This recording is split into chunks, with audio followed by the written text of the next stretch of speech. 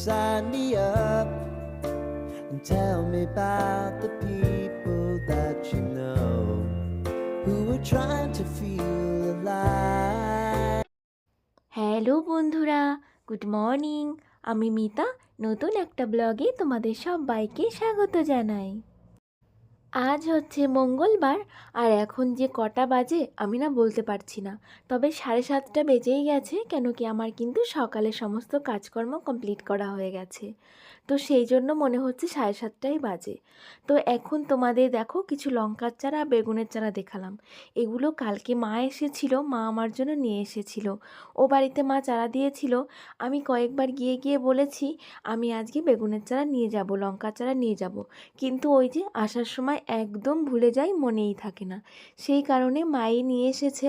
মা বলছে আমি যদি আজকে না নিয়ে আসতাম তোর জন্য আর থাকতোই না।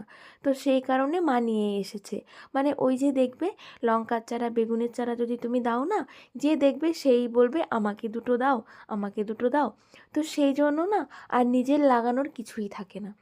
তো মা সেই জন্য নিয়ে চলে এসেছে। বলছে এবার না আনলে তোর জন্য থাকতো না এ কটা।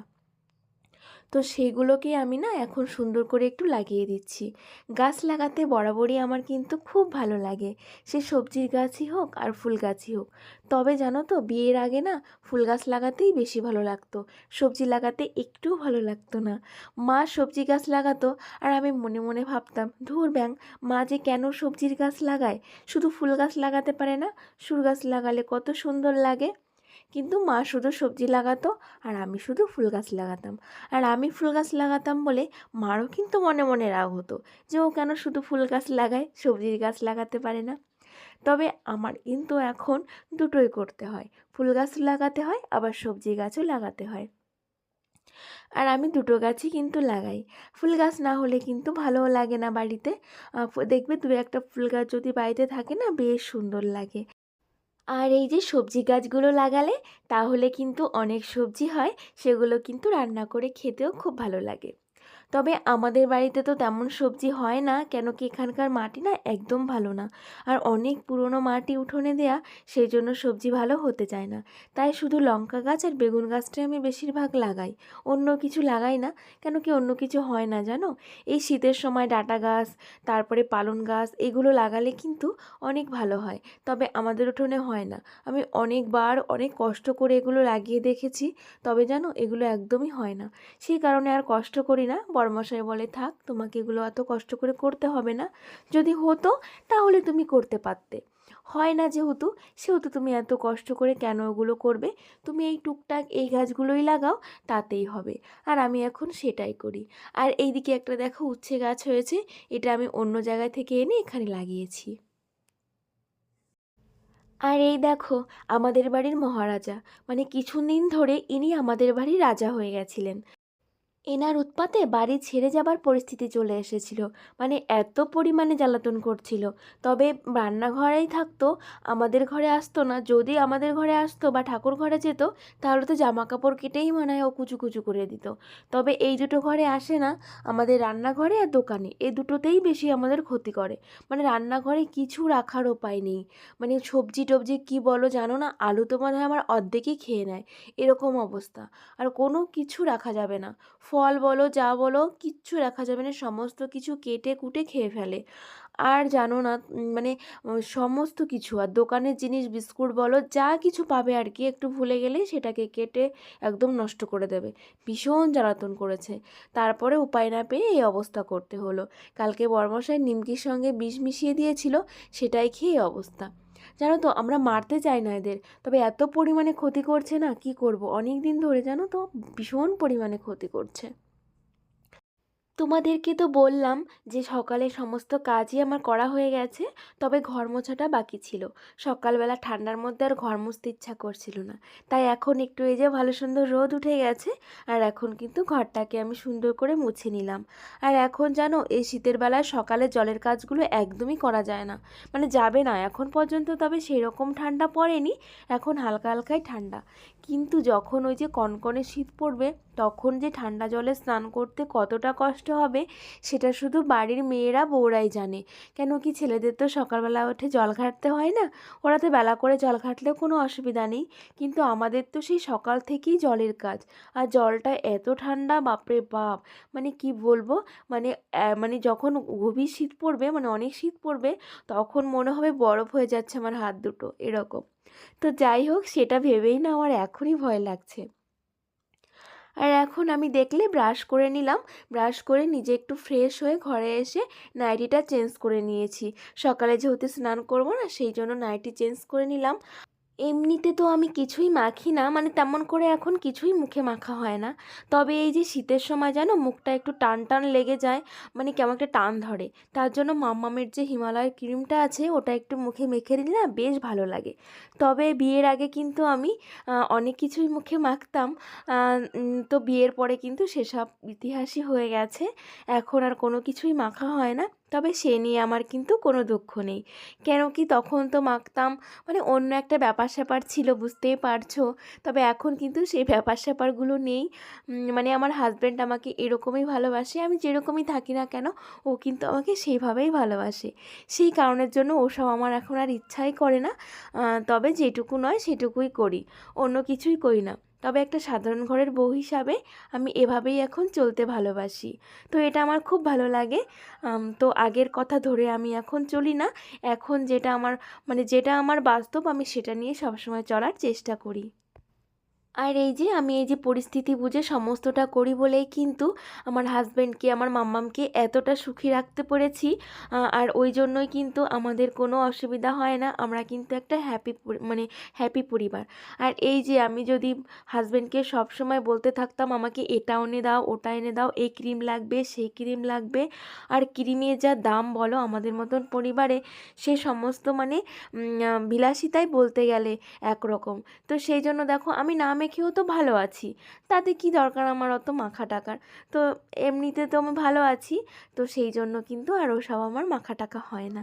আর এই দেখো এখন কিন্তু আমি একটু চা বানিয়ে নিলাম, আর তার আগে চিনি শেষ হয়ে গেছিলো, চিনিটাও কিন্তু কৌটোর মধ্যে মানে ভরে নিলাম। আর 1 কাপ চা বানিয়ে নিয়েছিলাম, সেটা কিন্তু মজা করে খেয়ে নিলাম। আর সকালে বাসনগুলো মেজে নিয়ে এসেছিলাম, সেগুলো এই যে একটু জল ঝরাতে রেখে দিয়েছিলাম, এখন এগুলো তুলে নেব। আর চা খেয়েছিলাম সেগুলোও কিন্তু একবারে আমি ধুয়ে মুছে নিয়ে চলে এসেছি। আর মাম্মাম সোনা কিন্তু এখনও পর্যন্ত ওঠেনি, তাই মাম্মাম উঠতে উঠতে যতটা পারছি কাজগুলো এগিয়ে রাখছি। আর এর মধ্যে মাম্মাম উঠে গেলে আমাকে কিন্তু কাজ স্টপ করে দিতে হতো, মাম্মামকে নিয়ে একটু থাকতে হতো। তো যতক্ষণ না উঠবে ততক্ষণ আমি কিন্তু মানে কাজগুলো গুছিয়ে রাখার চেষ্টা করব। মাম্মাম আজকে একটু লেট করেই উঠছে। আর মাম্মাম যেহেতু ওঠেনি, সেহেতু ভাবলাম চলো এবার মাম্মামের খাবারগুলো রেডি করে রাখি, তাহলে মাম্মাম ঘুম থেকে উঠলেই ওকে কিন্তু খাবারগুলো দিয়ে দিতে পারবো। এই দেখো কালকে রাতে একটু ছোলা ভিজিয়ে দিয়েছিলাম, আর তার সঙ্গে এই যে একটু কাজু দিয়ে দিলাম। মাম্মাম কিন্তু কাজুটা খেতে বেশি ভালোবাসে, ওই জন্য ওকে কাজুটারই দেওয়ার চেষ্টা করি। আর এই যে এখানে মাম্মামের জন্য একটু চেরি গুঁড়ো গুলিয়ে রাখলাম, ও কিন্তু সকালে অত খেতে চায় না, অল্প পরিমাণে খেতে চায়, তাই অল্পই গুলালাম। শুধু শুধু নষ্ট করে কোনো লাভ আছে বলো? ও যেই পরিমাণ খেতে পারে আমি সেই পরিমাণই গুলে রাখলাম। আর এটাকে একটু চাপা দিয়ে রাখবো ভালো করে, যাতে ঠান্ডা না হয়ে যায়। মাম্মাম কখন উঠবে তার তো ঠিক নেই। আর চামচটাও এখানে সুন্দর করে গুছিয়ে রেখে দিলাম। আর এই দেখো, কালকে একটা জিনিস কিনেছিলাম, তাড়াহুড়ার মধ্যে তোমাদের দেখানোই হয়নি। দেখো আমার জন্য একটা চপ্পল কিনেছি, আর মাম্মামের জন্য এই জুতোটা কিনেছি। তোমরা কিন্তু অবশ্যই বলবে কেমন হলো। আজ সকাল সকালই কারেন্টটা চলে গেছে, ওই জন্য ভাতটা না আর ইন্ডাকশনে বসাতে পারলাম না, এই যে গ্যাসেই বসিয়ে দিলাম। আর এর মাঝখানে কিন্তু মাম্মাম উঠে পড়েছিল, মাম্মামকে কিন্তু ফ্রেশ করে খাইয়ে দাইয়ে দিয়েছি।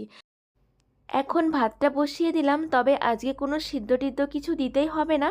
কালকে অনেকটা তরকারি বেঁচে গেছিলো, সেটা আমি ফ্রিজে রেখে দিয়েছিলাম, আর সেটাকে এখন বের করে রেখে দিচ্ছি। এটা দিয়ে আমাদের ভালোভাবে সকালে হয়ে যাবে। একটু মাছের তরকারি রয়েছে, একটু ডালও রয়েছে। আর এই যে বললাম না মাম্মামকে সকালে ফ্রেশ করে খাইয়ে দাইয়ে দিয়েছি, আর এখন আমার সোনামা একটু বাইরে খেলা করছে। দেখেছো, ও একটু বাইরে বেরোতে চায়, তবে না আমারই সময় হয়ে ওঠে না মাম্মামকে একটু বাইরে খেলা করাতে।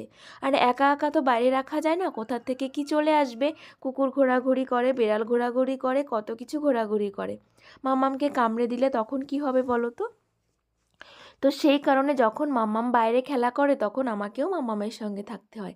এই দেখো বলতে বলতে বিড়াল চলে এসেছে। এগুলো এই যে ঘোরাঘুরি করে, কখন কি করে ফেলবে ঠিক আছে বলো?